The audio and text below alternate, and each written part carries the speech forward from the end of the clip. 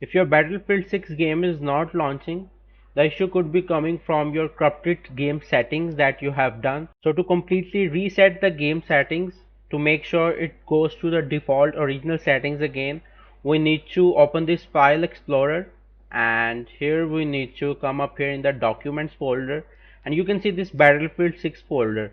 So you need to double click on it and this settings folder, and you can see these are all the files that you have saved, means the settings of the game, like if you have made any game settings, audio settings, graphic setting, your profile settings.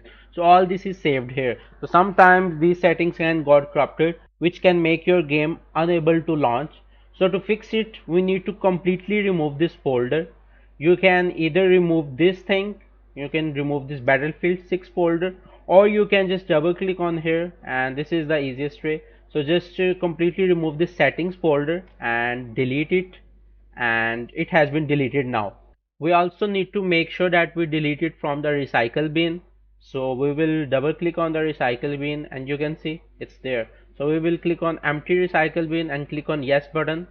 And now if we go to the documents folder and this Battlefield 6, so you can see the settings folder has been deleted. So now you can relaunch the game, and once you will relaunch it, it will again automatically make a new folder settings, and it will make new profile for your game. So you can do your all your game settings again, like your graphic settings, audio settings, and then it will save all those settings in a new profile. So that will fix your issue.